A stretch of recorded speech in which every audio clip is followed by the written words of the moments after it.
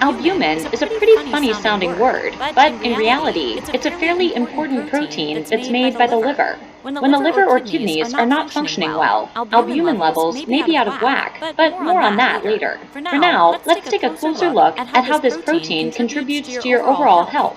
Think of the cells in your body as tiny fluid-filled sacs. If these tiny sacs, or cells, lose too much fluid, they shrivel, and if they have too much fluid, they explode. Obviously, exploding or shriveling cells are not good, so your body tries to keep your cells just right. And how does your body accomplish this? Well, this is where albumin comes into play. Although albumin is not fully responsible for keeping the fluid level in your cells just right, it does play a major part. Albumin helps transport substances through your blood, mainly calcium, progesterone, and bilirubin. While you've probably heard of calcium, progesterone and bilirubin may be a bit more foreign to you. In women, progesterone is involved in the menstrual cycle and pregnancy. In men, progesterone is the precursor to other hormones, like testosterone.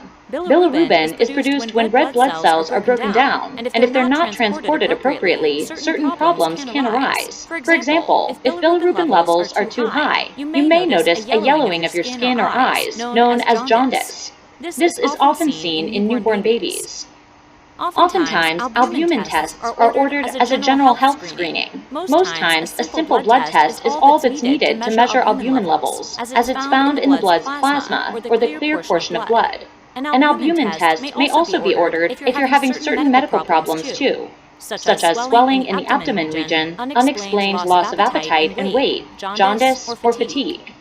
Let's now talk a bit about low and high levels of albumin.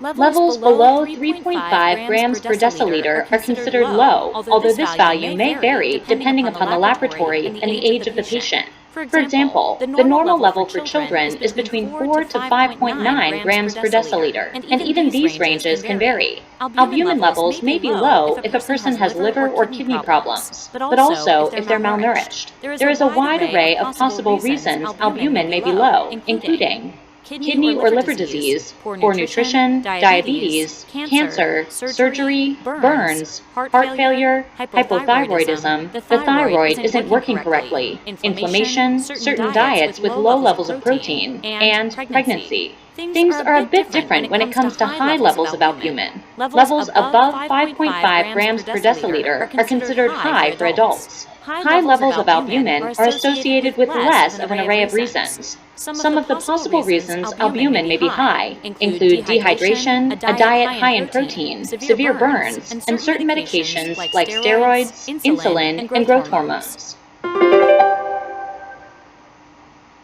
Let's review. Albumin is a protein made by the liver and is responsible for keeping your cells filled with the right amount of fluid, like calcium, progesterone, and bilirubin.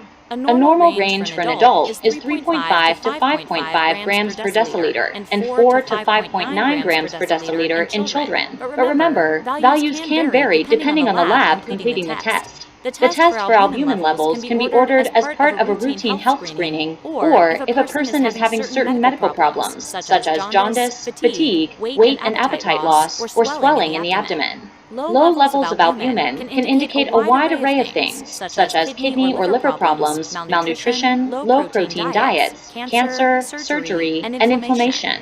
High levels of albumin can be the result of certain medications, dehydration, or severe burns.